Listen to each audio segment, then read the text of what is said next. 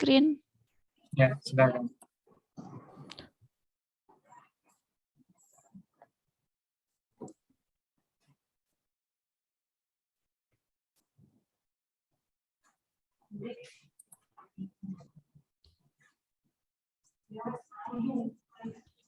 Apakah sudah terlihat? Nah, silakan. Assalamualaikum warahmatullahi wabarakatuh. Selamat siang. Waalaikumsalam warahmatullahi wabarakatuh. Di sini kami Bu Risa Umami dengan NIM 011 dan saya Devian dengan NIM 012 akan mempresentasikan tentang materi sistem dua partikel. Nah, sebelumnya kita tahu dulu apa pengertian dari sistem dua partikel, yaitu salah satu masalah yang paling penting dalam fisika klasik untuk mengetahui masalah gaya pusat dua partikel benda yang berinteraksi dengan gaya yang hanya menarik ke arah mereka, atau bisa dibilang ada potensi yang hanya bergantung pada jarak di antara keduanya.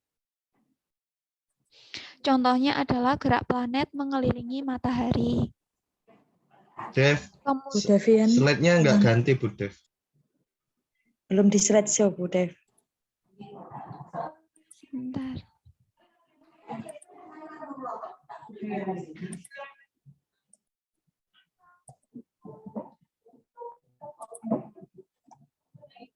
Apakah sudah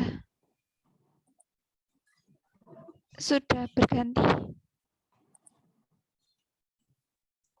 Belum slideshow tapi Mbak Dev. Sudah, tapi belum di slideshow.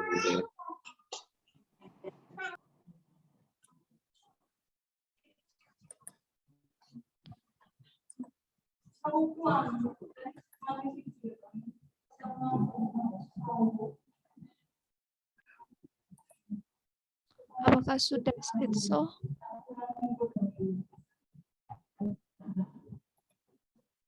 Sudah, Bu.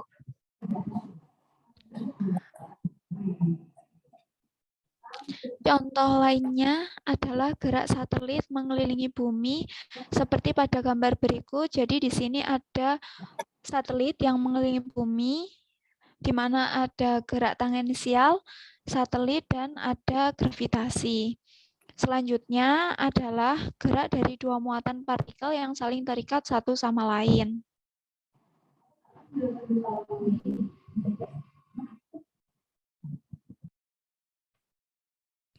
Nah, perhatikan gerak dua partikel, di mana di sini Fx ini adalah gaya eksternal total yang bekerja pada sistem, Fin adalah gaya internal total yang bekerja pada sistem, sehingga persamaannya menjadi F eksternal sama dengan F1 eksternal ditambah F2 eksternal. Selanjutnya, menurut konsep hukum dari 3 Newton, di mana adalah F12 internal sama dengan negatif F21 internal. Nah, sekarang coba kalian perhatikan, di sini ada sebuah buah apel yang jatuh dari pohonnya, di mana di sini ada F internal 12 dan ada bumi memberikan gaya internal 21 terhadap apel. Nah, jika gaya aksi dan reaksinya sama, mengapa hanya apel yang jatuh ke bumi? Nah, selanjutnya kita akan membahas tentang gaya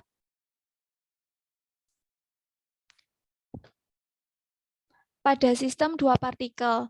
Pada dua partikel ini mempunyai posisi R1, R2 dan masanya adalah M1, M2 seperti pada gambar. Jadi di sini pada gambar ini ada dua buah partikel yaitu M1 dan M2. Kemudian untuk gayanya, untuk F1 ini adalah gaya pada benda 1 dan F2 adalah gaya pada benda 2. Sesuai hukum 3 Newton, jika gaya pada partikel pertama F, maka gaya dari partikel kedua itu menjadi negatif F. Sehingga dalam bidang gravitasi G yang merata mempunyai persamaan sebagai berikut. Nah, untuk gaya pada partikel 1, ini adalah M1 R double dot 1 sama dengan F1 internal ditambah F1 eksternal. Kemudian untuk gaya pada partikel 2, ini M2 dikali R double dot 2 sama dengan F2 internal ditambah F2 eksternal. Sehingga untuk total gaya pada sistem, ini adalah M R double dot sama dengan F1 eksternal ditambah F2 eksternal. Nah, untuk R double dot sendiri, ini adalah turunan kuadrat dari fungsi posisi atau juga bisa disebut sebagai percepatan dalam sistem partikel. Kemudian untuk total masanya di sini adalah M sama dengan M1 ditambah M2. Sehingga untuk vektor posisi pusat masanya sebesar R, maka R sama dengan M1 R1 ditambah M2 R2 per M1 ditambah M2. Selanjutnya untuk posisi relatif. Nah, di sini pada gambar ini kan R sama dengan R1 dikurangi R2, maka untuk R1 sama dengan R ditambah R2. Pindah ruas, sehingga untuk memperoleh hasil dari posisi relatif ini, kita harus mensubstitusikan ke dalam persamaan 8.7, hingga menjadi R double dot 1 dikurangi R double dot 2 sama dengan F1 internal per M1 dikurangi F2 internal per M2.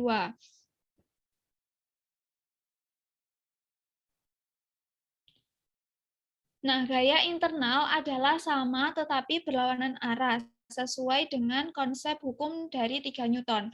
Nah, berdasarkan persamaan sebelumnya diperoleh bahwa di sini tanda negatif berubah menjadi tanda positif.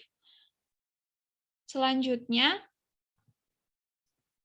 R double dot 1 dikurangi R double dot 2 sama dengan M1 ditambah M2 per M1 M2 kali F internal.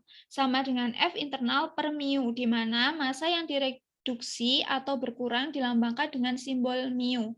Mu ini lebih kecil dari M1 dan M2.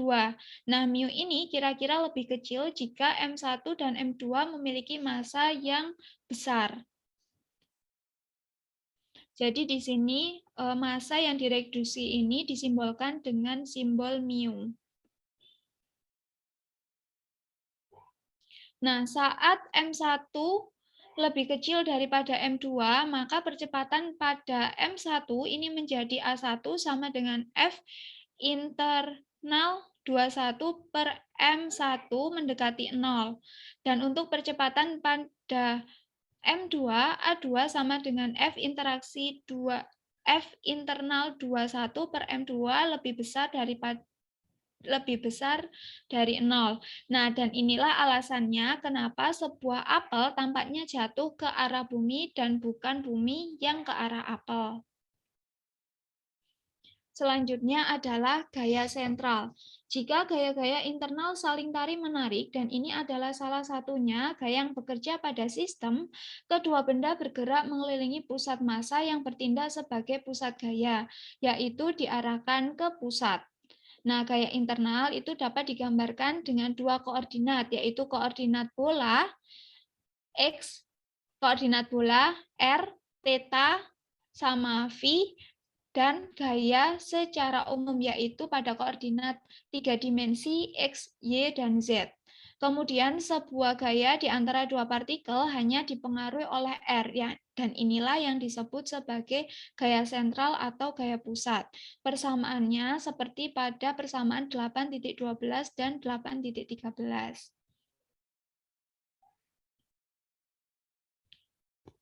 Selanjutnya adalah energi kinetik.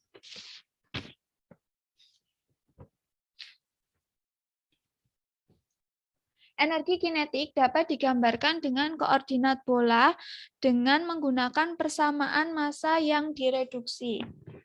Nah, di sini menggunakan persamaan Lagrangian dapat dituliskan sebagai berikut. Untuk persamaan Lagrangian sendiri itu adalah L sama dengan T dikurangi U, di mana T ini adalah energi kinetik dan U adalah energi potensial.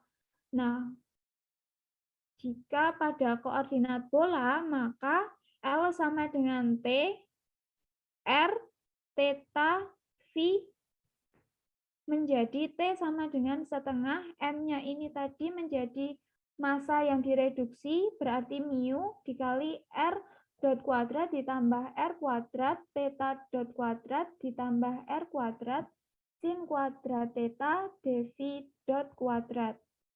Seperti pada persamaan 8.15, di mana untuk D per dt, do T per do R dot dikurangi do T per do R sama dengan mu R, D per dt, do T per do theta dot dikurangi do T per do theta sama dengan 0, dan D per dt, do T per do V dot dikurangi do T per do V sama dengan 0. Nah, gaya pusat ini bukan berasal dari potensial. Kemudian, koordinat reduction. Nah, pada koordinat reduksi ini, T tidak bergantung secara langsung dengan V. Sehingga di sini, D per dt, do T per do dot dV, do dV dot dikurangi do T per do V sama dengan 0, karena tidak bergantung dengan V secara langsung. Sehingga untuk momentum sudut pada sumbu X konstan, ini terjadi pada gerak planar, yaitu gerak pada satu bidang, yaitu do T per do V dot sama dengan mu R kuadrat, sin kuadrat theta, V dot konstan. Sehingga meninggalkan dua koordinat, yaitu R dan theta. Untuk energi kinetiknya menjadi T sama dengan setengah mu dikali R dot kuadrat ditambah R kuadrat theta dot kuadrat. Seperti pada persamaan 8.19.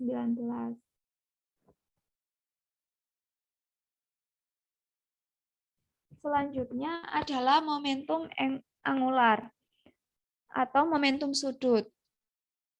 Momentum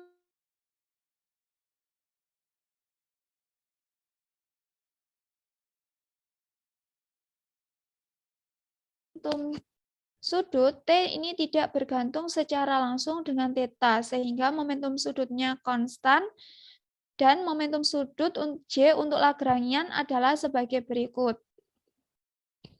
Seperti pada persamaan 8.20, di mana D per dt, do T per do theta dot dikurangi do T per do theta sama dengan 0.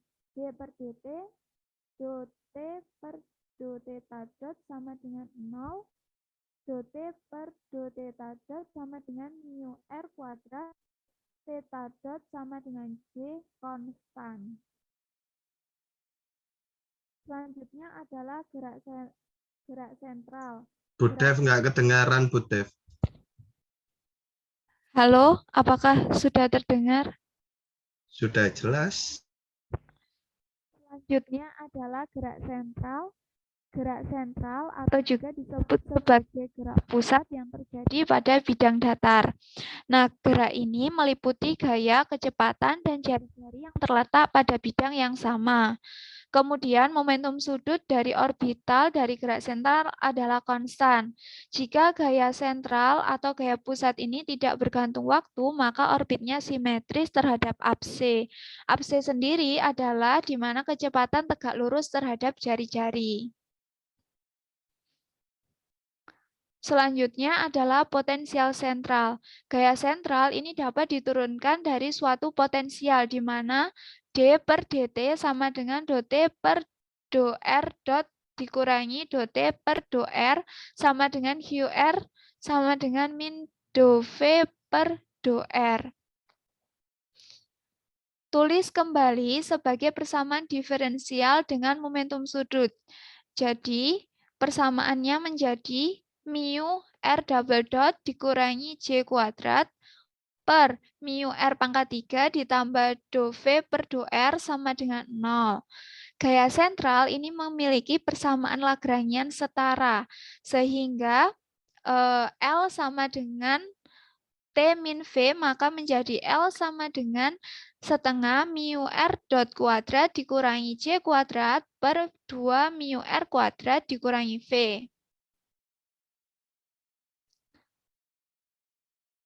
Ubah turunan waktu menjadi turunan sudut. Jadi di sini untuk memperoleh waktu sesaat, kita harus mengubah turunan waktu menjadi turunan sudut, yaitu D per DT sama dengan D theta per DT, D per D theta sama dengan J per mu R kuadrat, dikali D per D theta. D per DT, do T per do R dot dikurangi do T per do R sama dengan QR. Sehingga persamaan yang dihasilkan ini menggambarkan sebuah lintasan, yaitu J per mu R kuadrat, D per D theta, do T per do R dot dikurangi do T per do R sama dengan QR. Selanjutnya adalah persamaan orbit. Nah, solusi untuk persamaan diferensial untuk lintasan orbit secara umum adalah sebagai berikut. Jadi kita mensubstitusikan persamaan diferensial untuk lintasan orbit secara umum seperti pada slide berikut.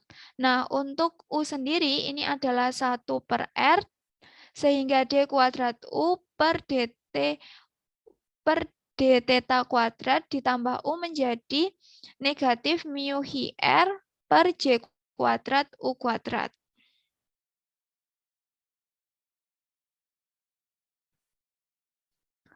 Selanjutnya adalah inverse square force atau gaya inverse kuadrat di pusat, di mana pada gaya inverse kuadrat di pusat ini K ini lebih kecil daripada 0 untuk gaya tarik-menarik. Sehingga untuk memilih konstanta integrasi untuk V potensial mendekati tak hingga sama dengan 0 menjadi persamaan QR sama dengan K per R kuadrat sama dengan negatif do V per do R. V sama dengan K per R.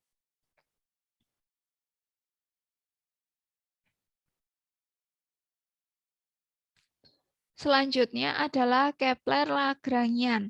Kuadrat terbalik dari Lagrangian dapat digambarkan pada koordinat polar, di mana T sama dengan setengah mu R dot kuadrat ditambah R kuadrat theta dot kuadrat.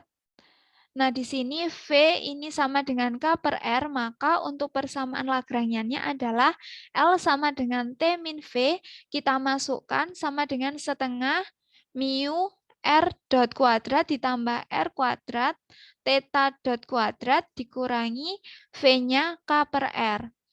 Nah, L ini tidak bergantung terhadap waktu, sehingga total energi konstan dari gerak dan orbit adalah simetris setengah lingkaran.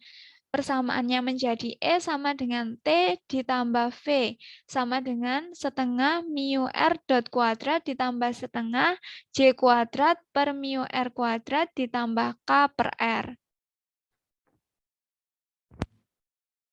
Nah, selanjutnya akan dijelaskan oleh Bu Risa. Baik, terima kasih. Saya akan melanjutkan presentasi dari kelompok kami. Apakah suara saya sudah terdengar jelas, Bapak Ibu? Halo? Sudah, Bu. Sudah, Bu. Sudah, Bu. Ya, saya lanjutkan.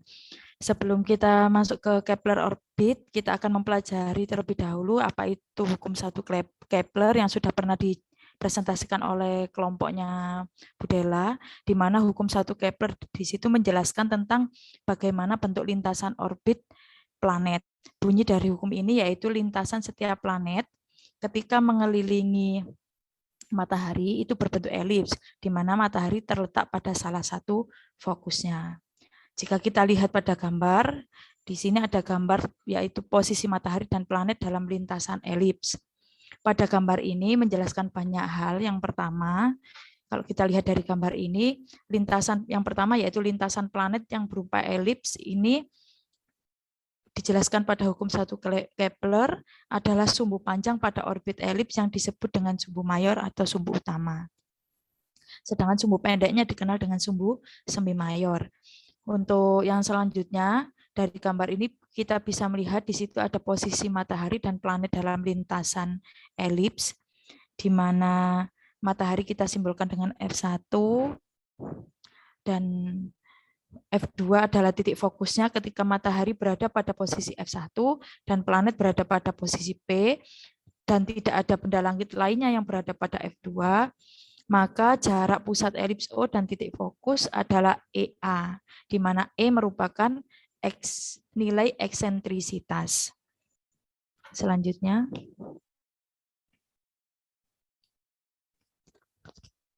Next, Bu Dev.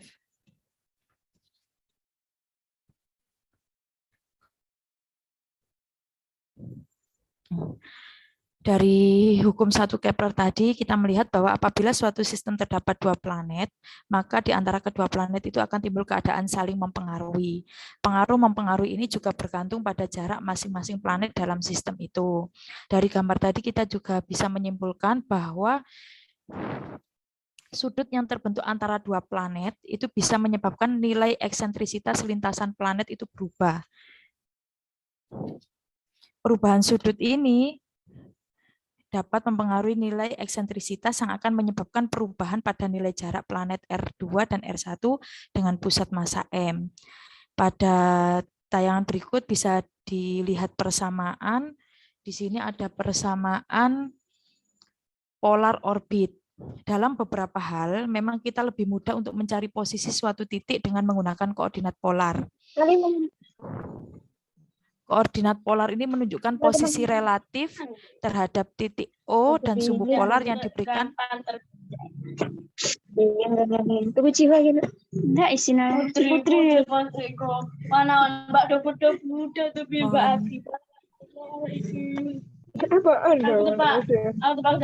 Bu Rofi minta tolong untuk soundnya diaktifkan dulu. Terima kasih. Saya akan melanjutkan presentasi dari kelompok kami. Saya ulangi lagi, memang dalam beberapa hal itu lebih mudah mencari posisi suatu titik dengan menggunakan koordinat polar. Koordinat polar ini menunjukkan posisi relatif terhadap titik O dan sumbu polar yang diberikan dan berpangkal pada sumbu O. Tadi sudah dijelaskan oleh Bu Devian tentang persamaan diferensial umum untuk lintasan berorbit. Di sini bisa dilihat persamaannya yaitu D kuadrat U per D theta kuadrat ditambah U sama dengan min mu Q QR per J kuadrat U kuadrat, itu nilainya konstan sama dengan min mu K per J kuadrat. Di mana U sendiri jika kita turunkan U sama dengan min mu K per J kuadrat, buka kurung 1 min E cos, buka kurung theta min theta 0, tutup kurung. Di mana nilai U sendiri yaitu sama dengan 1 per R, sedangkan nilai S sendiri sama dengan min J kuadrat per mu KE. Untuk S ini sendiri adalah jarak fokus pada elips. Setelah kita substitusikan persamaan ini U sama dengan 1 per R ke persamaan di atasnya, kita peroleh persamaan yaitu 1 per R sama dengan 1 per ES, buka kurung 1 min E cos theta min theta 0, tutup kurung. Di mana nilai R sama dengan E, buka kurung S, plus R cos theta min theta 0, tutup kurung. Di mana R ini adalah persamaan polar orbit. Selanjutnya,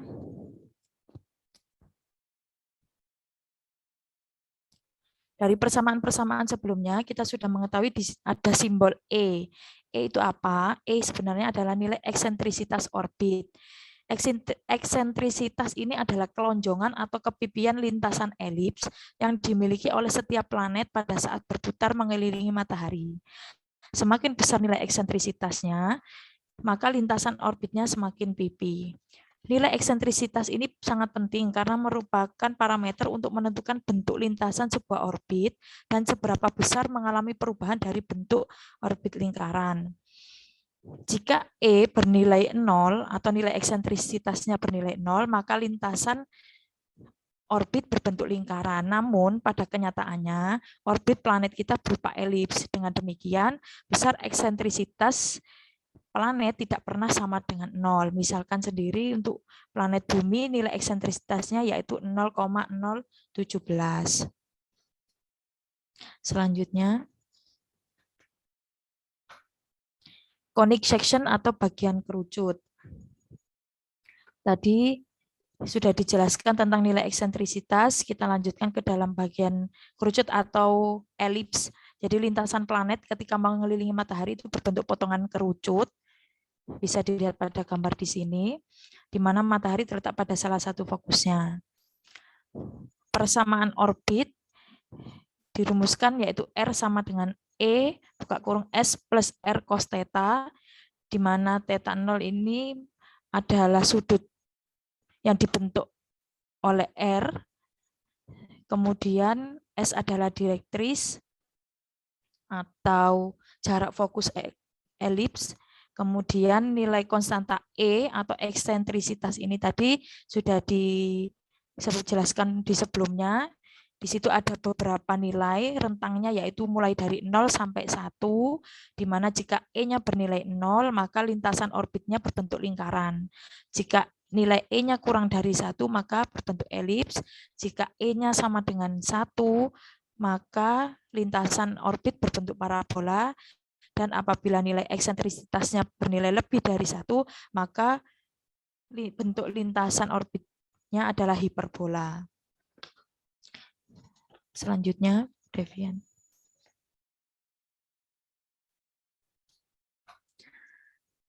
Apsidal position atau posisi apidal. Orbit elips sendiri, seperti yang kita ketahui tadi bahwa planet itu mengitari matahari dalam posisi yang stabil dengan bentuk lintasannya berbentuk elips.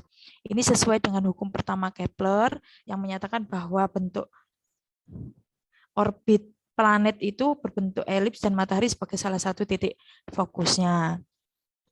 Di mana jika kita rumuskan untuk persamaan posisi apidal atau posisi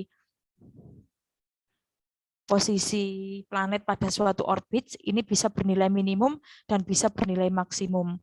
Untuk mencari nilai minimum posisi orbit pada elips, yaitu rumusnya R1 sama dengan ES per 1 min E, dan untuk nilai maksimumnya yaitu R2 sama dengan ES per 1 plus E. Seperti yang kita ketahui tadi, pada gambar ini, di sini ada 2 titik, karena planet ini mengitari lintasan berbentuk elips, maka hal ini berarti kedudukan planet terhadap matahari selalu berubah-ubah. Di sini ada titik terjauh dan juga ada titik terdekat. Titik terjauh dari matahari ini disebut dengan aphelium dan titik terdekat dari matahari ini disebut dengan perihelium. Jadi di sini R1-nya ini jarak terjauhnya dan R2 ini adalah jarak terdekatnya. Untuk energinya yaitu sebesar E sama dengan 1 plus 2EJ kuadrat per mu K kuadrat pangkat setengah. E ini eksentrisitas, Bapak. Ya, mohon maaf. Untuk nilai eksentrisitasnya ini bernilai 1 plus 2EJ kuadrat per mu K kuadrat pangkat setengah. Selanjutnya.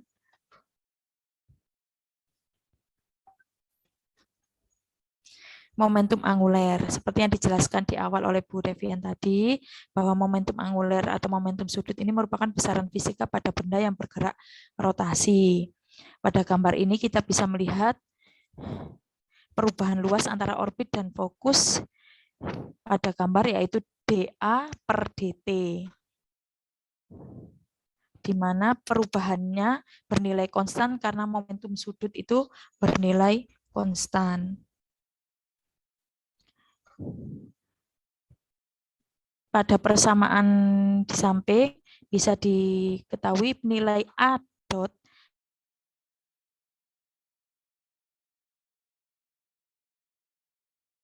di posisi per waktu sama dengan setengah R kuadrat theta dot. Untuk nilai J-nya atau momentum angulernya yaitu sama dengan mu R kuadrat theta dot atau diferensiasi dari posisi anguler.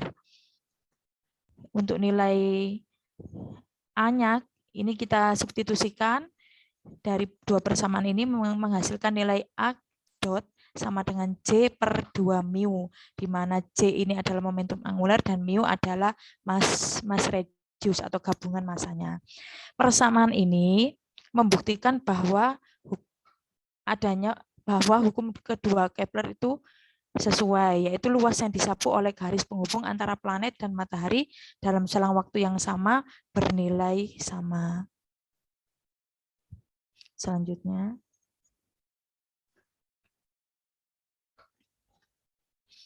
periode dan elips.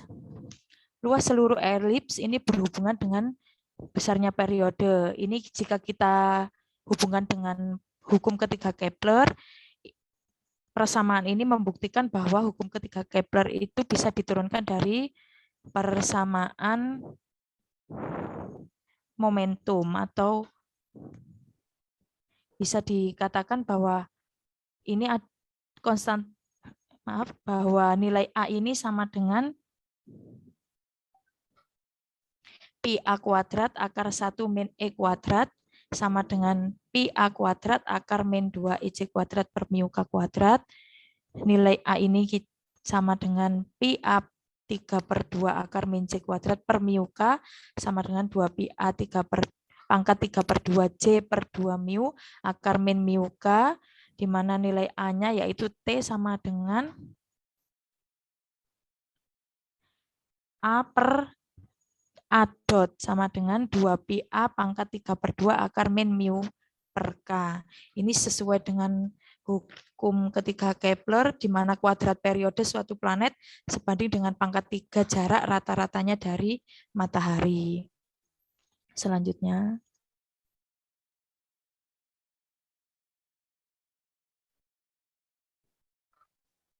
efektif potensial atau potensial efektif. Gerak benda yang terkena pengaruh gaya sentral itu akan memiliki kebergantungan terhadap lebih dari satu dimensi keruangan. Tetapi hal ini dapat direduksi atau disederhanakan menjadi satu variabel saja. Besaran ini disebut dengan besaran potensial efektif. Potensial efektif ini sangat bermanfaat untuk peninjauan sistem yang memiliki orbit lingkaran. Salah satu manfaatnya yaitu untuk mencari besar jari-jari lintasan lingkaran, untuk mencari frekuensi sudut dari sistem, dan juga untuk mencari jari-jari dari orbit lingkaran. Selanjutnya,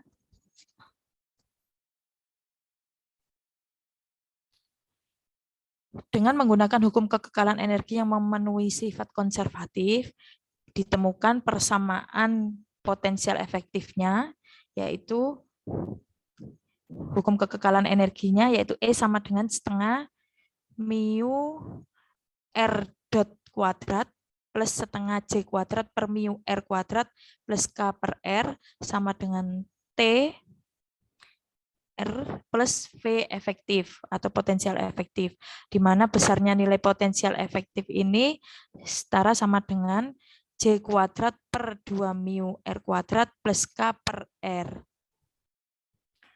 Potensial efektif ini menyiratkan adanya batasan pada lintasan orbit, di mana untuk nilai K-nya lebih besar dari 0, maka tidak ada minimal. Sedangkan untuk nilai E lebih besar dari 0, itu nilainya tak terbatas. Bisa dilihat dari ini, dari dua gambar ini, jika nilai K-nya lebih besar dari 0, maka di situ unbounded atau terhalang. Jadi nilainya itu tidak ada minimal, sedangkan untuk yang nilai E-nya lebih besar dari 0, itu possible bounded atau tak terbatas nilainya. Selanjutnya,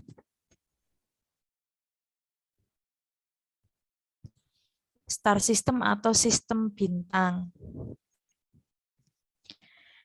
Seperti yang kita ketahui bahwa sistem bintang ini dapat melibatkan bintang tunggal dan ganda. Sistem bintang yang kita ketahui, yang dikatalogkan oleh Ricons ini ada beberapa banyak sistem bintang, ada totalnya yaitu 259. Ini ada sistem bintang tunggal, double, triple, quadruple atau bintang kembar 4, dan quintuple atau bintang kembar 5. Selanjutnya kita akan membahas tentang bintang biner, yaitu kasus masalah pada gaya pusat dua benda. Selanjutnya,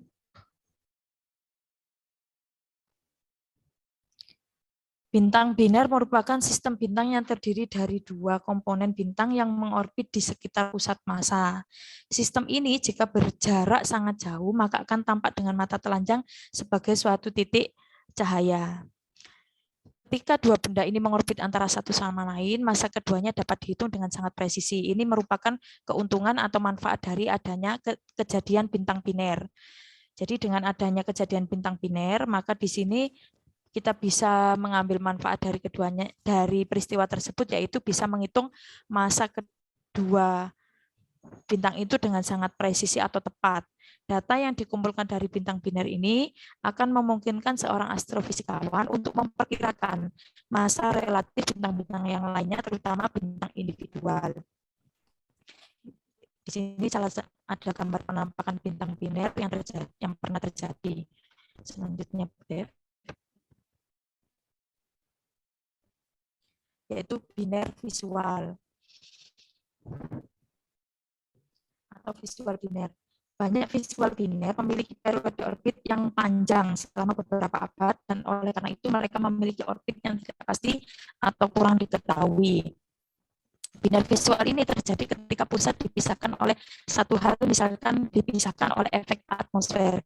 Biner visual ini adalah sistem di mana bintang-bintang dapat diidentifikasi secara individual. Sedangkan biner semu terjadi ketika dua bintang berada di dekat koordinat yang sama, tetapi tidak dekat di ruang angkasa.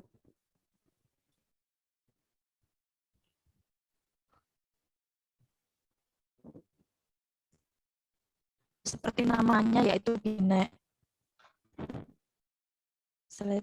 Selanjutnya, massa biner. Selanjutnya yaitu tentang massa biner. Hukum ketiga Kepler dapat dibuat tanpa kesatuan dibandingkan dengan matahari. Artinya apa? Di sini untuk massa biner ini adalah massa dalam massa matahari, digunakan untuk menghitung massa dalam massa matahari. Selanjutnya P-nya ini adalah periode dalam tahun, dan A-nya adalah sumbu semi mayor di astronomi.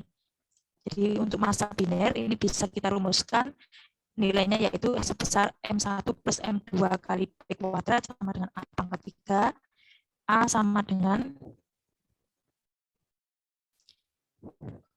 sama dengan turunan kedua dari nilai A per P turunan kedua dari nilai P, di mana nilai M1 plus M2 P kuadrat ini sama dengan turunan kedua dari A per turunan kedua dari P.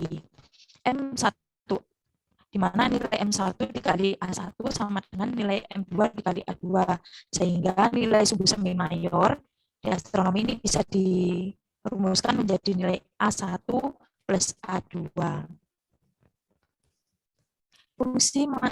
Fungsi massa biner sendiri yaitu digunakan untuk membatasi massa komponen yang tidak terlihat, biasanya bintang atau planet ekstrasurya dalam bintang biner spektroskopi yang berjajar tunggal atau dalam sistem planet. Nilai sumbu semi mayor ini sendiri atau nilai A ini tergantung pada jarak dan kemiringan. Selanjutnya, linear spektroskopi. Linear spektroskopi sendiri adalah sistem biner yang terlalu dekat, sehingga memerlukan spektroskopi. Karena binary spektroskopi ini sering sangat dekat satu sama lain, mereka seringkali juga disebut dengan binary visual.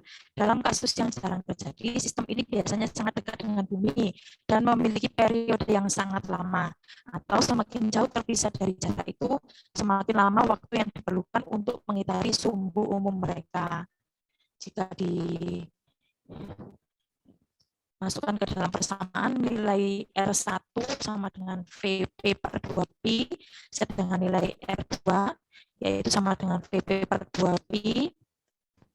Seperti yang kita ketahui, nilai A-nya tadi yaitu sama dengan R1 plus R2, atau nilai sumbu mayornya tadi R1 plus R2. Kita masukkan ke dalam persamaan, diperoleh nilai M1 plus M2 atau massa binernya, yaitu sama dengan A pangkat 3 per P kuadrat. A ini adalah sumbu mayor, sedangkan P ini adalah periode dalam tahun. Besarnya perbandingan antara massa biner 1 dengan massa biner 2 yaitu sebanding dengan R2 per R1 atau perbandingan jaraknya. Sama dengan V per V besar yaitu kecepatan dibanding dengan potensialnya. Selanjutnya, gerhana biner. Para astronom telah memperkirakan bahwa lebih dari setengah dari semua bintang di galaksi Bima Sakti merupakan anggota dari sistem bintang ganda atau yang lebih kompleks lagi. Dalam sistem bintang biner, setiap bintang menarik yang lain secara gravitasi dan mengorbit di sekitar titik unit pusat massa pasangan. Jika bidang orbitnya terletak di tepi ke arah bumi, setiap bintang akan terlihat gerhana satu kali setiap periode orbitnya. Ini yang disebut dengan biner ganda. Dalam sistem biner ganda, jumlah total cahaya bervariasi secara berkala. Karena alasan inilah, sistem biner gerhana disebut juga sebagai gerhana variabel bintang. Bisa dilihat pada gambar di sini. Di sini ada beberapa kurva cahaya dari gerhana biner, yaitu plot perubahan kecerahannya dari waktu ke waktu. Memiliki minimum yang dalam ketika bintang lebih terang terhalangi, dan minimum yang lebih dangkal ketika bintang yang lebih redup mengalami gerhana. Besarnya tingkat cahaya yang terlihat ini digunakan untuk mengukur periode dan jari-jari sebuah bintang. Selanjutnya,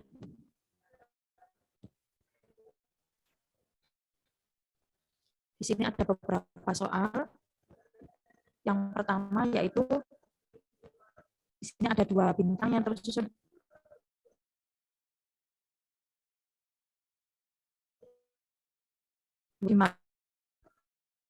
masanya di antara untuk satuan astronomi. Tentukan waktu atau periode dari orbital sendiri. Dari sini dapat diketahui nilai M1, M2 atau 2 bintang tadi itu setara dengan massa dari matahari. Yang kita ketahui nilainya yaitu 1,989 kali 10⁻30 kg.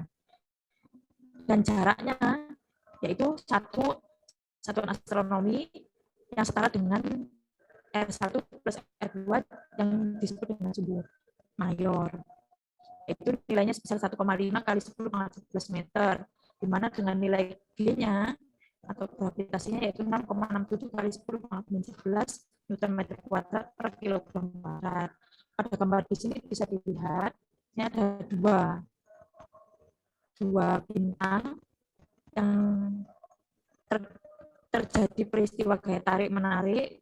Di sini kita disuruh menentukan berapa nilai periodenya. bisa diselesaikan dengan persamaan G M per 4P kuadrat sama dengan, atau ini persamaan gaya gravitasi, sama dengan R1 plus R2 pangkat 3 per T kuadrat. Selanjutnya,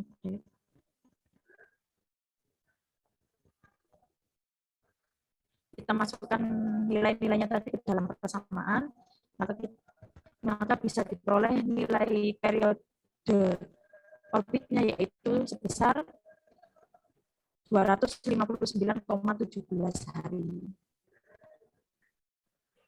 Selanjutnya, untuk soal yang kedua yaitu sebuah proton elastis tersebar dengan sudut 56 derajat oleh inti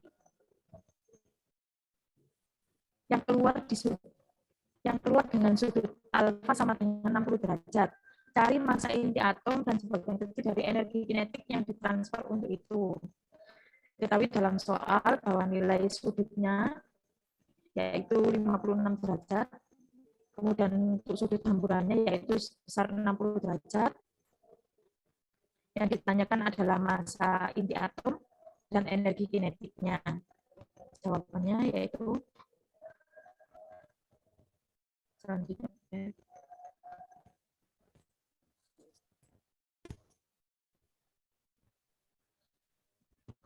Nilainya yaitu sebesar tan theta sama dengan sin theta per M1 per R2 plus cos theta. Jadi ini bisa kita selesaikan dengan persamaan ini. Namun sebelumnya kita harus mencari dulu nilai theta-nya, yaitu sebesar pi dari persamaan alfanya tadi, alfa sama dengan setengah, pi min theta, di mana theta-nya yaitu pi min 2 alfa, diketahui nilai theta-nya sama dengan 60 derajat. Sehingga kita masukkan ke dalam persamaan M1 per M2 sama dengan sin theta. Tan theta min cos theta, kita masukkan angka-angka yang diperoleh tadi, maka diperoleh nilai massa planet yang kedua tadi, yaitu massa proton yang kedua tadi, yaitu 1,988 kali 10 pangkat min 26 kg.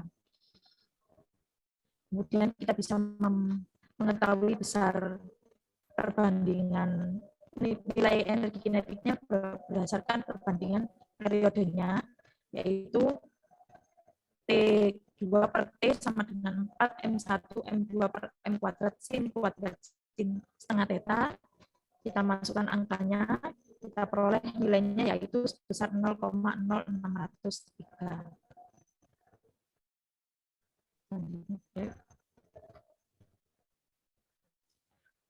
Terima kasih.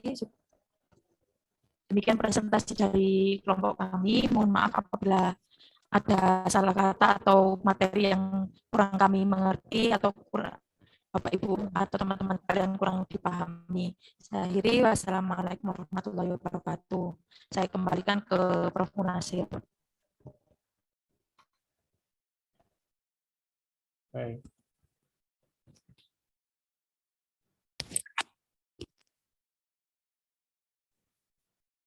Oke.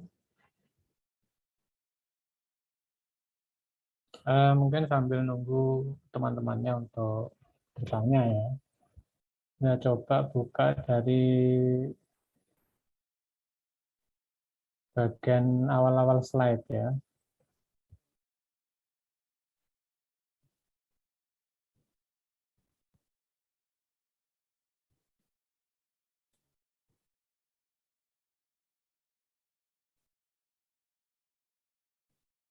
Oke, bisa ditarik. Jadi ini adalah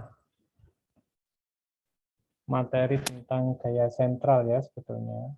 Jadi diskusi diawali dengan dua massa yang berinteraksi. Tentu dalam hal ini interaksinya adalah gaya ya, gaya interaksi antara kedua massa.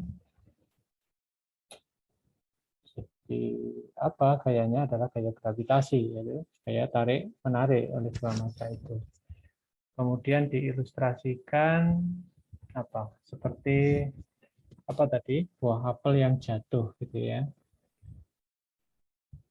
Nah, tentu saja buah apel jatuhnya ya tentu jatuh ke bawah ya, dan jatuh ke atas. Jatuh dipengaruhi oleh gaya gravitasi bumi. Jadi di situ coba digeser ketika dimasukkan ya gayanya, berapa sih besar gaya? Nggak bisa bergerak ini slide-nya ini.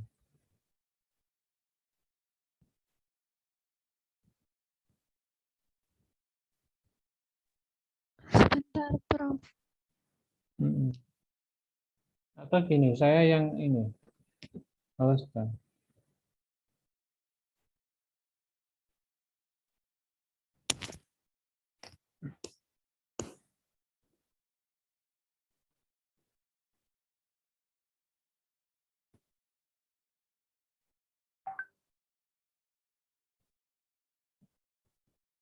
Sebelum ini kayaknya tadi ya, atau setelah ini ya, coba. Atau setelah ini kayaknya tadi. Nah, ini ya. Ini tadi. Ini tadi ya. Jadi taruh massa benda satu itu adalah apel, kemudian massa benda dua itu adalah bumi kan gitu ya. Ini misalnya kan kayak gitu.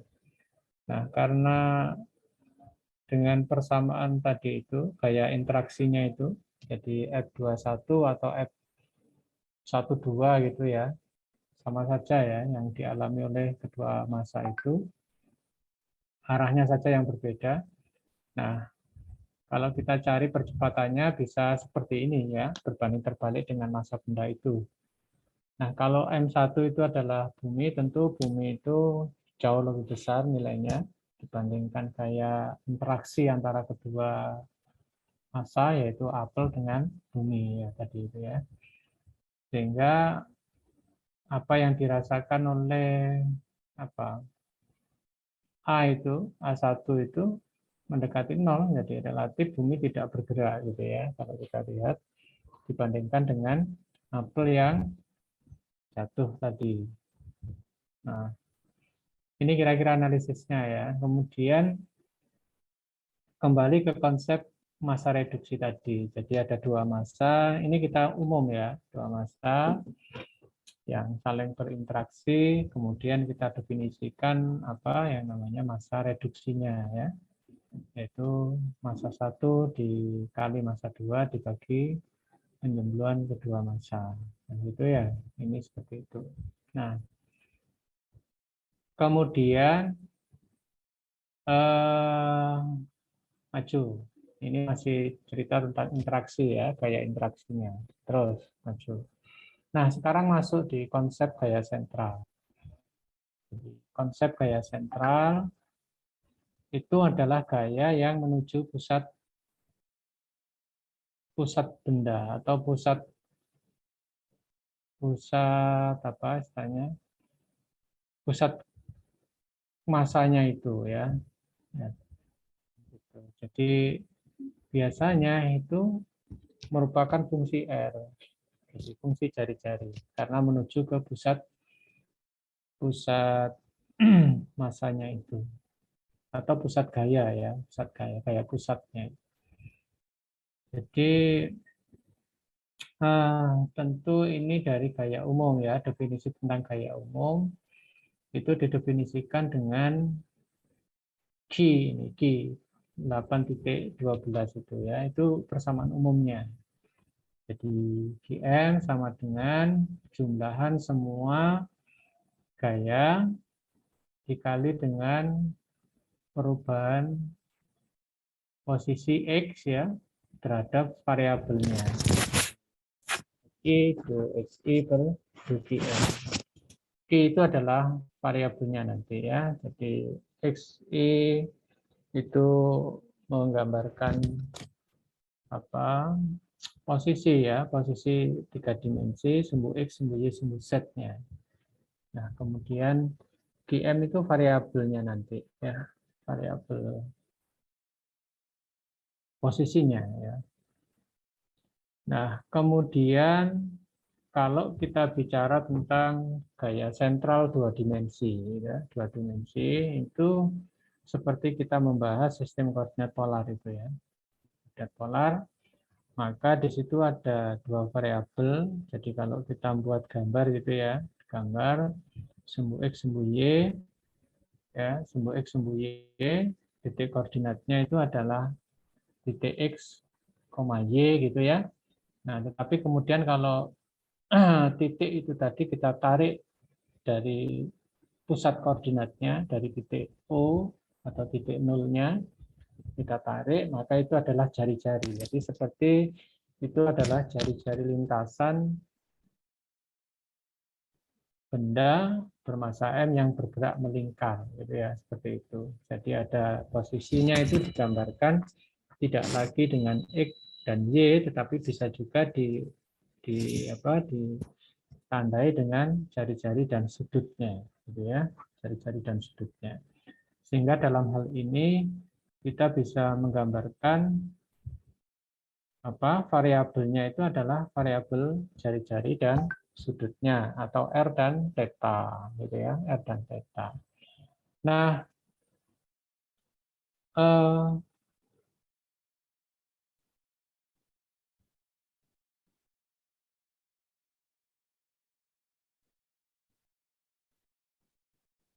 oke, kemudian kalau kita masukkan, gitu ya, kalau kita masukkan di persamaan 8.12 itu, ini kalau kita buka gitu ya, jadi ini bergerak gitu ya.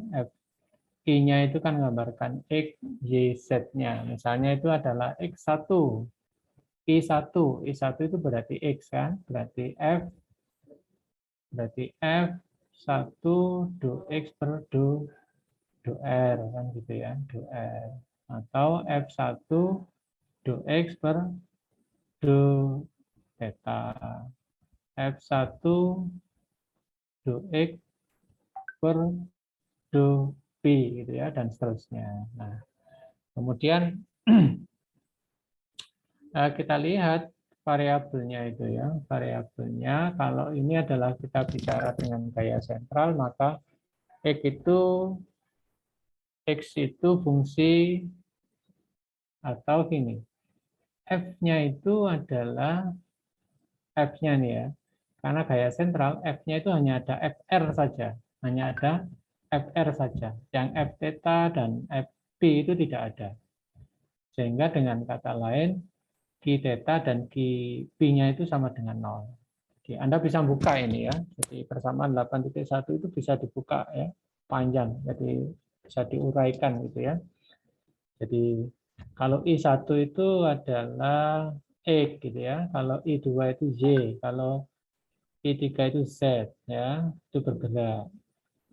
Kemudian kalau M-nya 1 itu R, kalau M2 itu theta, M3 itu P, dan seterusnya. Jadi intinya untuk gaya sentral itu hanya berlaku untuk 8.13 itu. Karena gayanya itu dipengaruhi oleh jari-jari. Gitu ya. Lanjut. Nah, sekarang kita definisikan, karena ada dua besaran. Karena sebetulnya menjelaskan dinamika partikel itu kita bisa menggunakan hukum Newton dengan gaya itu, jadi perubahan gaya gaya itu perubahan momentum dan seterusnya gitu ya. Atau Anda bisa meninjau dengan melihat energinya. Jadi ada dua cara. Nah, sekarang dalam hal ini kita akan melihat atau akan mempelajari atau akan menjelaskan dinamika partikel dari peninjauan energinya. Nah, ada energi kinetik dan energi potensial. Jadi kita tahu bahwa energi kinetik itu energi yang dipengaruhi oleh kecepatan benda atau massa partikel. Kemudian energi potensial itu dipengaruhi oleh posisinya ya, posisinya. Nah, tentu kemudian tidak ujuk-ujuk ya. Jadi persamaan Lagrange ya, d per dt do t per dr dot min do t per do r sama dengan qr itu untuk sistem yang non-konservatif. Sedangkan untuk konservatif itu QR-nya sama dengan 0 ya. QR-nya sama dengan 0. Nah, atau Q-nya sama dengan 0. Tapi karena ini ada apa tadi kita sebut sebagai gaya sentralnya tadi, FR-nya itu yang arah R itu ada ya. Kemudian nah kemudian yang terhadap yang komponen theta dan pi-nya sama dengan 0, sehingga persamaan Lagrange-nya itu bisa ditulis menjadi 3 itu ya, 3 bagian itu. Ada 3 itu. Nah, kemudian energi kinetik itu dari ini untuk ini ya, koordinat bola ya. Jadi turunkan jadi R bola itu sama dengan apa? R sama dengan R topi. Kalau bola itu ya. Jadi R vektor atau posisi itu sama dengan R topi. Nah, itu posisi. Kemudian turunkan pertama ya. Karena R itu adalah apa? R itu sama dengan apa?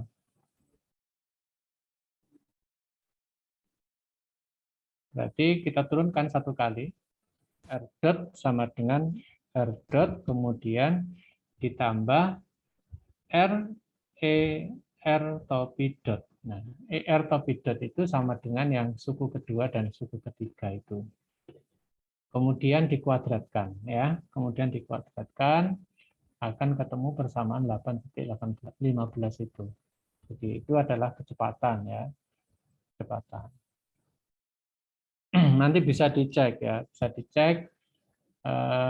Tadi saya juga ngirim file ya untuk merefresh ulang atau mereview ulang mata kuliah waktu di S1 dulu. Oke, lanjut di slide berikutnya.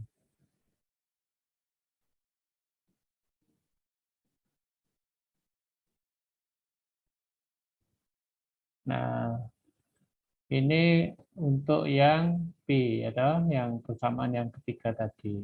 Artinya karena energi kinetik itu tidak bergantung pada P, ya pada P. Coba lihat di energi kinetik di halaman sebelumnya tadi. Nah, kan tidak ada P-nya toh, yang ada kan P dot ya. Yang ada itu R sama R dot, theta dot sama P dot. Sehingga P-nya kan tidak ada. Nah, sekarang maju. Nah, kalau P-nya tidak ada, maka yang suku kedua, do T per do P, itu tidak ada. 0 ya, sehingga tinggal yang suku pertama. Nah, kemudian itu diselesaikan. dt per do P dot-nya itu dari suku ketiga tadi, maka akan ketemu itu ya, mu r kuadrat sin kuadrat theta dikali dot P gitu ya. Nah, kemudian apa ini? Kalau ini dianggap konstan ya, bentar.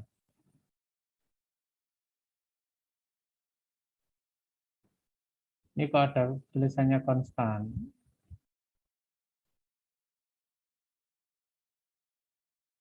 Coba kembali ke persamaan sebelumnya tadi, ke slide sebelumnya. Kan ada R kuadrat sin kuadrat theta di dot kuadrat ya. Coba maju lagi. Nah, yang ini, kalau ini konstan,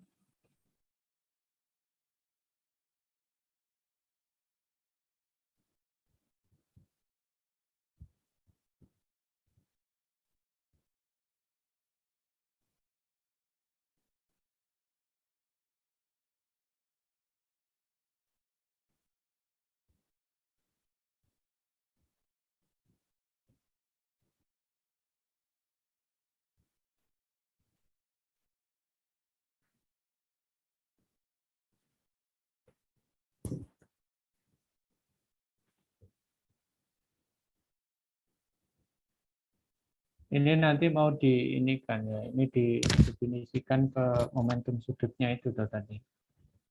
Coba dilihat slide berikutnya. Oh, bukan ya. Coba balik. Ini kan masih yang ini ya, persamaan ini ya, persamaan D per dt, do T per do B dot, min do T per do B ini ya, min do T per do D. Ini sama dengan 0, kemudian ini konstan.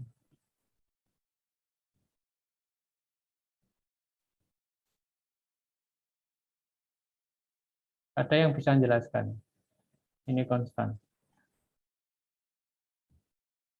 Ini sepertinya dimisalkan, Prof. Jadi kalau misalnya kalau pada slide ini kan yang QR-nya, yang koordinat R-nya, jadi kan T-nya ini kan masih ada koordinat R, theta, sama V, nggih, Prof. Dan di sini kan sama dengan 0. Yang ada R-nya kemudian menjadi persamaan T sama dengan 1/2 mu dan turunannya ini. Bukan. Bentar. Yang di blok kuning ini, di blok kuning tadi itu, T itu, ini sudah betul. Ini ngambil dari apa? Jadi benda yang bergerak di dalam koordinat bola. Jadi posisinya itu kan sama dengan R vektor sama dengan R, ER topi. Itu posisi. Kalau kecepatannya berarti diturunkan sekali. Jadi nanti R dot ER topi plus R, ER topi dot. Nah, ER topi dot itu nanti akan ketemu ini kalau diselesaikan. Yang dua suku kedua itu. Dua suku ini. Kedua dan ketiga itu. Sehingga energi kinetik untuk benda yang bergerak di dalam koordinat bola itu bisa ditulis seperti itu. Nah, kemudian yang tiga persamaan yang di bawahnya itu adalah persamaan Lagrange. Persamaan Lagrange untuk energi kinetik ya. Masih energi kinetik ini. Nah, bentuk umumnya tadi kan do per do T, D per dt, do T per do QR dot, min do T per do QR sama dengan QM. Ya, QM. Atau R-nya itu diganti Q ya, do per do T do QM dot ya, min do T per do QM ya, sama dengan Q besar M gitu ya. Itu persamaan umum untuk Lagrange-nya. Nah, sekarang kita masukkan untuk komponen untuk variabel R, variabel theta, variabel P ya, ketemu tiga ini sebetulnya. Nah, sekarang yang mau dieliminasi, mau dijelaskan itu persamaan yang kedua dan ketiga. Nah, ini diawali yang ketiga dulu. Nah, ketiga ini seperti ini. Ya kan? Ketiga yang bawah ini. Coba slide berikutnya. Nah, ketemu seperti ini kan? Jadi, kemudian coba slide berikutnya. Slide berikutnya. Nah, ini juga. Ini yang theta, suku kedua tadi. Ini. Nah, ini memang do T per do theta dot ini. Ketemu mu R kuadrat theta dot ini. Ini kebetulan ini adalah sama dengan momentum sudut. Kalau di buku ini ditulis J ya. Kalau di bukunya Fowles itu ditulis L gitu ya, L.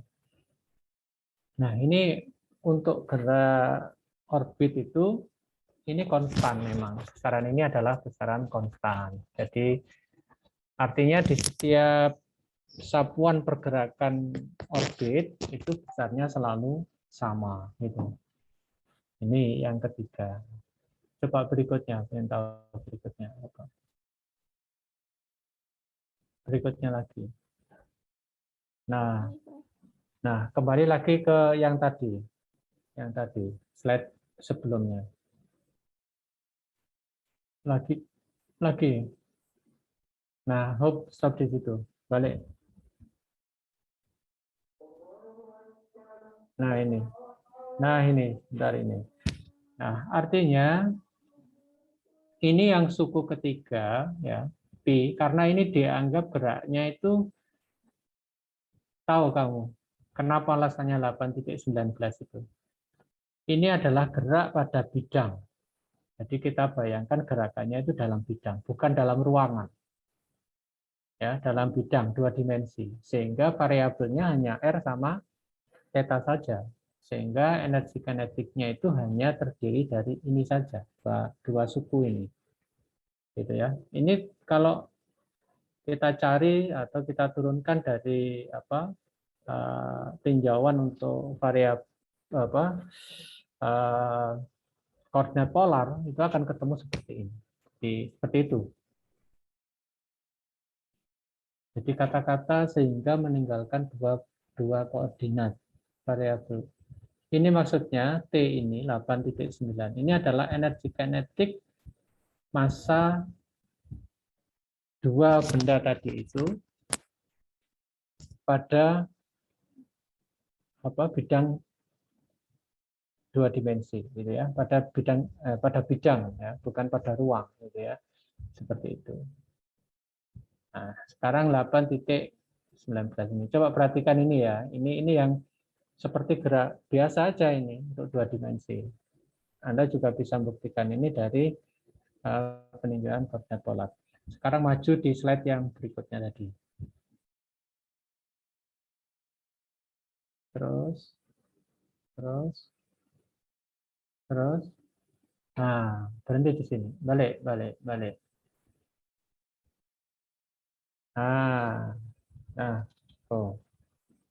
Nah, sekarang ini 8.21.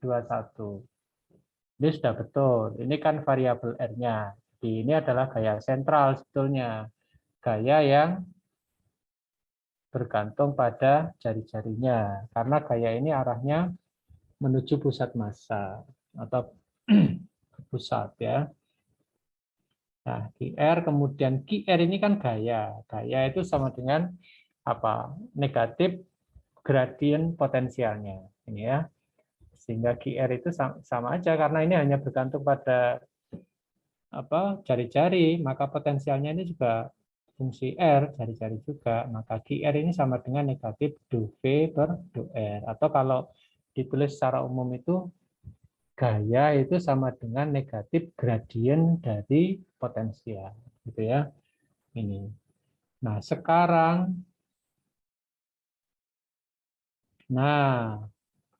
ini berarti kan D per dt do T per do R dot min do T per do R itu kan ini kalau dipindah ke kiri kan jadi positif ya.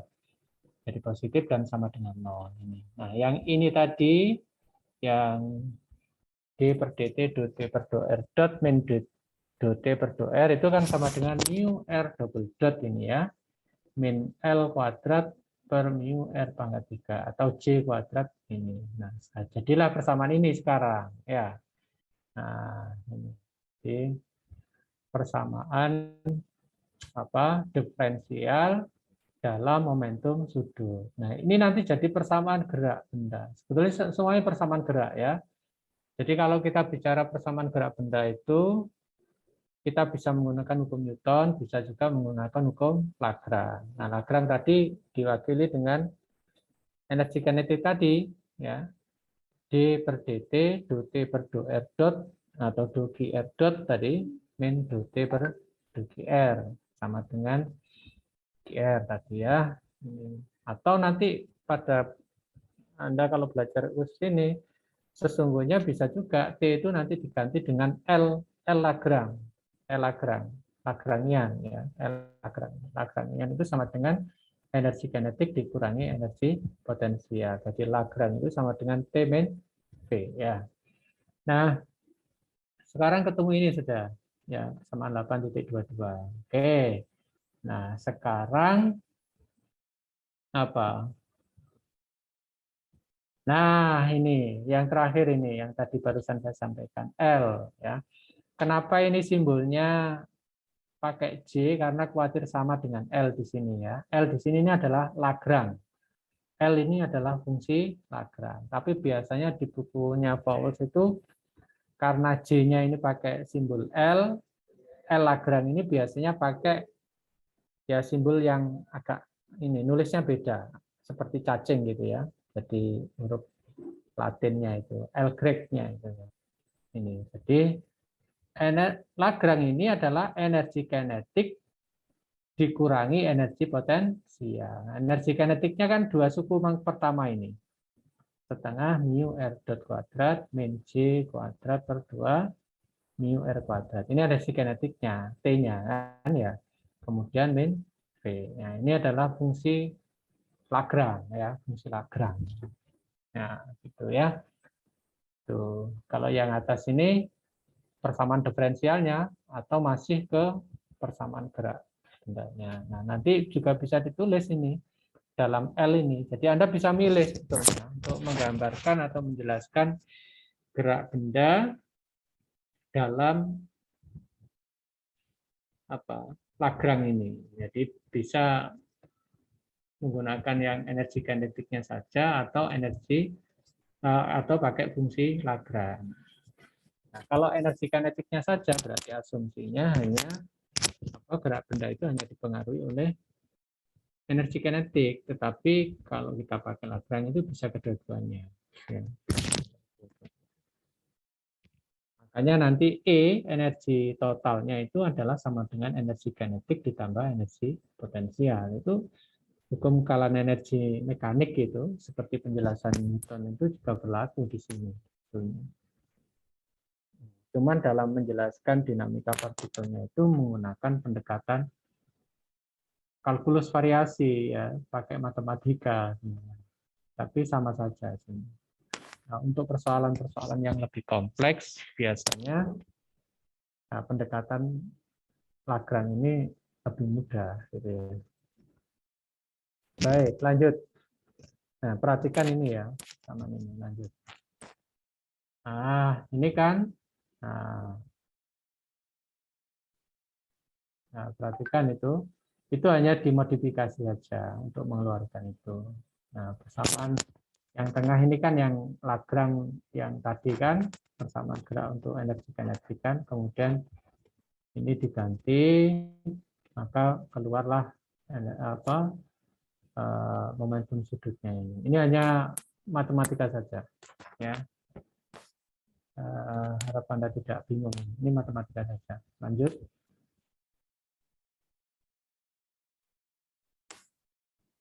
Nah, ini matematika saja. Kemudian, nah, dibawa ke sini. Bentuknya seperti ini. Nah, jadilah persamaan yang ini. Yang ditandai kuning ini adalah persamaan orbit partikel atau orbit benda, ya. Orbit benda. Nah, kebetulan ini karena masanya tadi kita pakai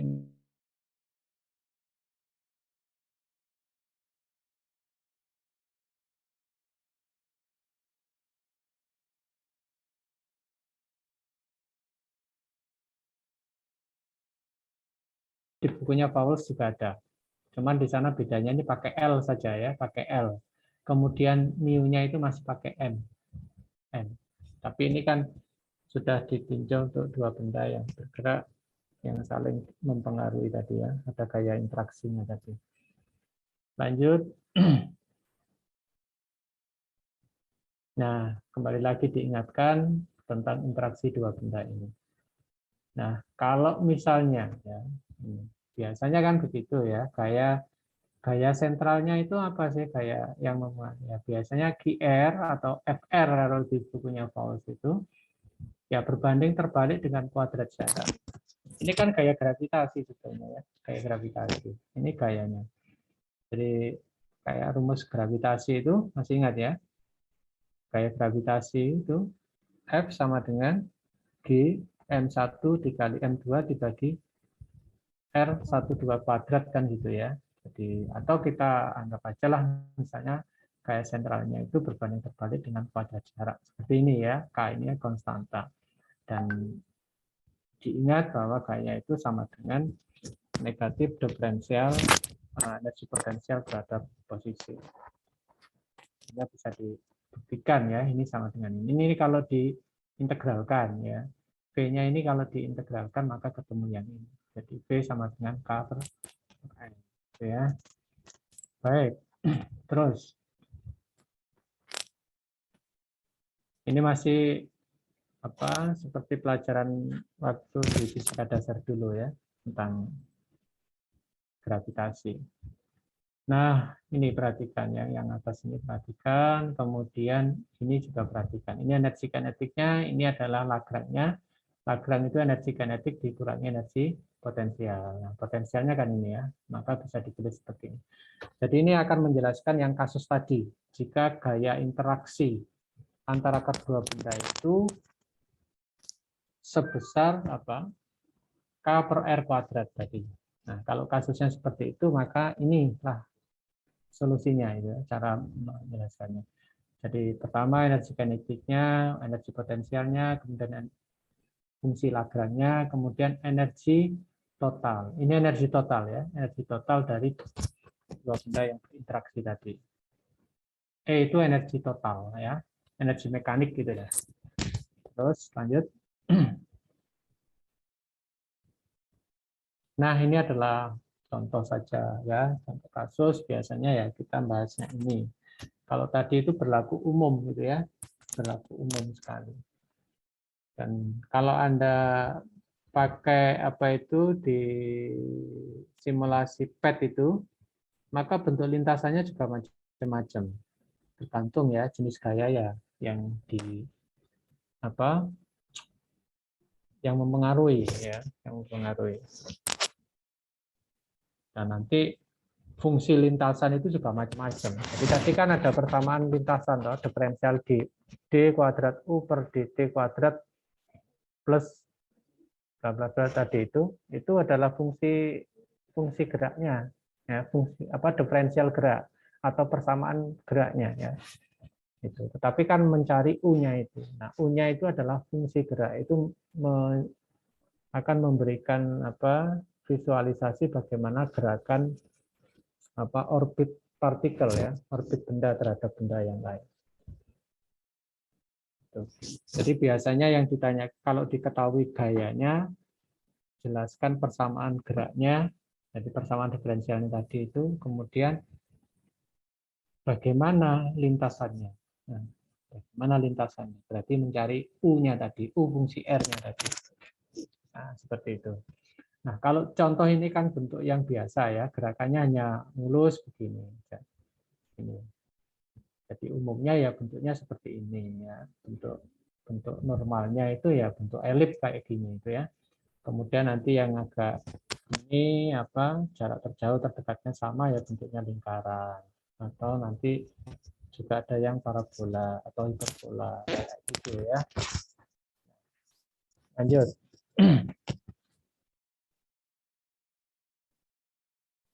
Nah, ini persamaan geraknya. Ya, persamaan diferensial gerak. Nah, yang U sama dengan ini adalah bentuk lintasannya. Jadi ini kalau digambar gitu, kalau Anda punya softwarenya digambar gitu, dia nanti akan kelihatan ya bentuk lintasannya seperti apa itu ya. Nah, kebetulan ini adalah lintasan yang umum. Biasanya ya lintasannya seperti tadi elip, bisa juga parabola, hiperbola, tuh ya. Tapi dengan syarat-syarat tertentu tentunya ya. Di penjelasan berikutnya kayaknya ada. Jadi langkah-langkahnya seperti itu ya. Jadi tolong diperhatikan ini adalah persamaan geraknya. Kemudian ini adalah yang U itu adalah fungsinya ya, fungsi lintasannya. U itu kan super R ya, bisa juga dinyatakan dalam bentuk R. Oke, lanjut.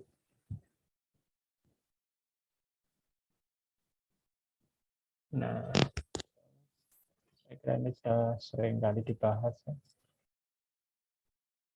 Terus,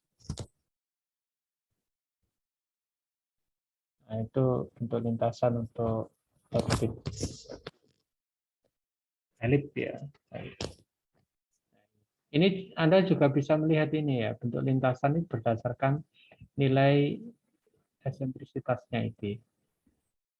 Anda juga bisa melihat nanti berdasarkan nilai E totalnya, energi mekanik totalnya.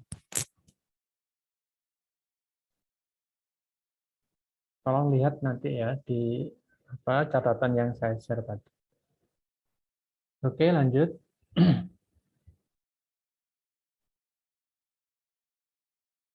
Nah, ini saya kira itu ya, dan seterusnya. Silakan kalau ada yang bertanya, Mas.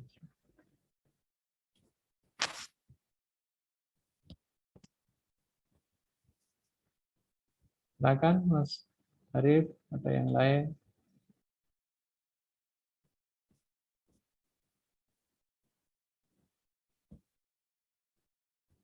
Pada ngantuk semua ya.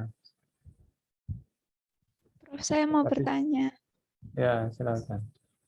Untuk yang persamaan ini, Prof, 8.26 ini apakah hanya berlaku untuk yang V mendekati tak hingga V itu sama dengan 0, Prof? Kan di sini Enggak. soalnya ada keterangannya untuk V-nya ini tak hingga sama dengan 0. Ya kan ini toh. Ini kan V tak hingga itu R kan. Di potensial ini kan fungsi R, fungsi posisi. Ini kan penjelasannya kan dari 8.26 itu. Jadi gaya sentral ini. Gaya sentral kebetulan untuk kasus ini gaya sentralnya itu adalah K per R kuadrat gitu ya. Nah, maka dengan persamaan umum biasa saja ini di fisika dasar, gaya itu kan sama dengan negatif gradien potensial. Oke, atau sama dengan untuk kasus ini karena variabelnya hanya R saja, maka GR itu sama dengan min do V per do T, kan gitu ya. Do V per do R, kan gitu. Nah, ini kalau dicari karena GR-nya itu sama dengan K per R kuadrat, maka ini kalau diintegralkan, maka akan ketemu K per R. Gitu. Ini diintegralkan aja dari apa 0 sampai tak hingga ya. Apa dari min tak hingga, ya dari ini ya, dari 0 sampai R. Kan ketemu seperti ini. Nah, sekarang ini ya. V tak hingga sama dengan 0. Ya dari persamaan ini saja, Mbak. Kalau V sama dengan K per R, kalau pembaginya itu tak hingga, ya mendekati tak hingga. R-nya ini mendekati tak hingga. Bilangan apapun kalau dibagi tak hingga kan mendekati 0. Ya kan? Jadi kalau ibaratnya potensial benda ini, benda 1 dan 2 ini, jadi energi potensialnya kalau jaraknya jauh sekali, itu ya mendekati 0. Gitu loh. Ya, kalau dekat, ya besar, ya semakin besar. Kalau bahkan mendekati 0, itu kalau secara matematis kan jadinya tak hingga ya besar, tapi tidak begitu. Nanti Anda harus belajar lagi tentang gaya ini ya, gaya interaksi ya dua massa. Kalau di apa kayak atom itu ya Mbak ya, kayak ada atraksi dan repulsif gitu ya, daya tarik dan daya tolak gitu. Gitu. Jadi ini seperti di fisika dasar dulu lah. Coba buka lagi di bukunya apa itu? Apa biasanya pakai apa?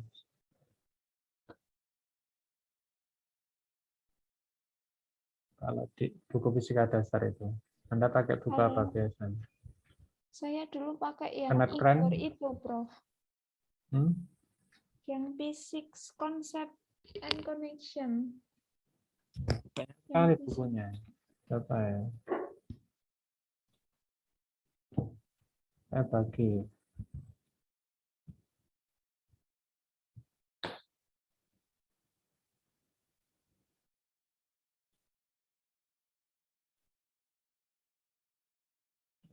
Kuliah.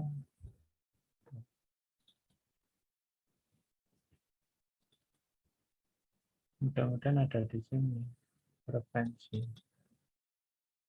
Nah, Anda bisa pakai bukunya Halidi Resnik, kan biasa itu ya.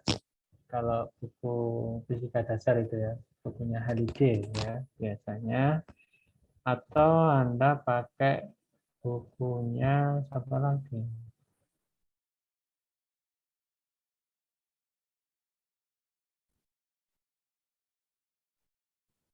Kalau fisika dasar itu.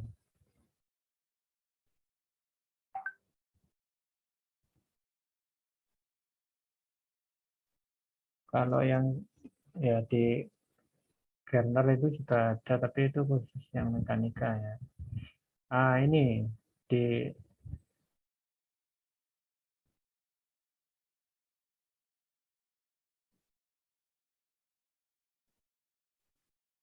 Resnik terus apa lagi ya? Bukunya Sing itu ya. Nah, paling nggak di bukunya Halige lah, Resnik. Saya kirim ya. Punya kamu ya. Nanti baca yang itu tentang potensial gravitasi itu ya. Besar tapi ini ya.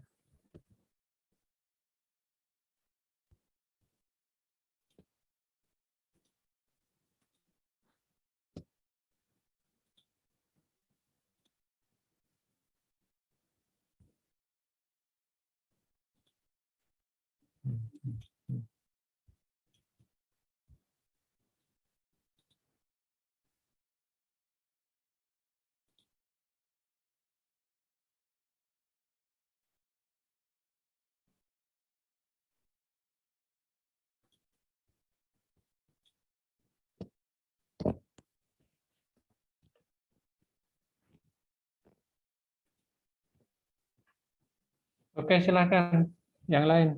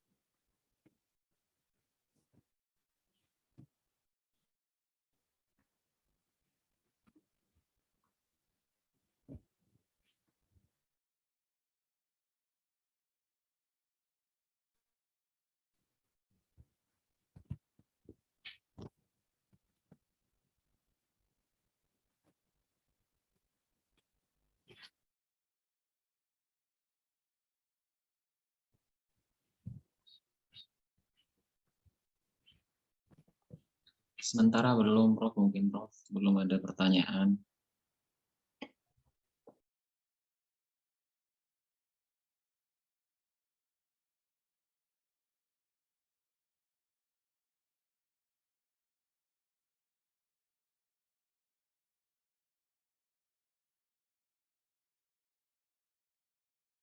Putus ya tadi barusan. Oke, silakan Mas Arif. Kalau ada Mas Arif yang lain.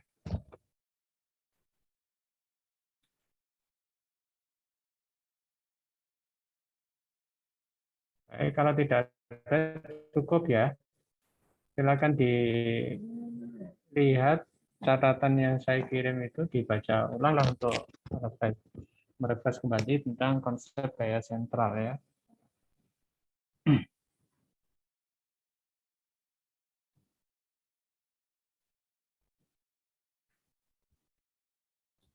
Oke, sudah masuk ya itu ya.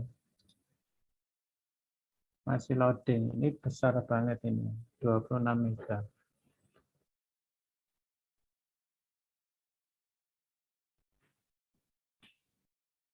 Oke, gimana Mbak Risa? Cukup?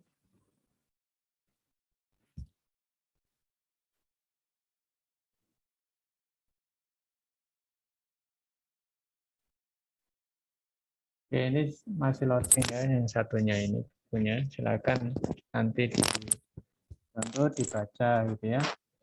Baik, kalau tidak ada yang bertanya lagi, cukup ya Mas Arif ya. J, Prof. Cukup.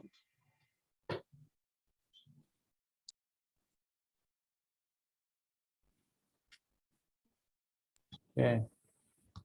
Nah, silakan latihan. Ada soal juga di catatan itu ya. Untuk yang tadi itu untuk apa? Menjelaskan persamaan orbit ya, benda atau partikel oleh gaya sentral, dan juga bagaimana menentukan fungsi orbit ya, bentuk orbitnya ya, benda oleh gaya sentral. Dan sebaliknya juga kalau misalnya diketahui orbitnya, nah itu gaya sentralnya seperti apa yang mempengaruhi benda itu bergerak. Itu ada di catatan itu. Oke, saya kira cukup sekian ya untuk pertemuan kali ini. Akhiri. Assalamualaikum warahmatullahi wabarakatuh. Waalaikumsalam. Waalaikumsalam.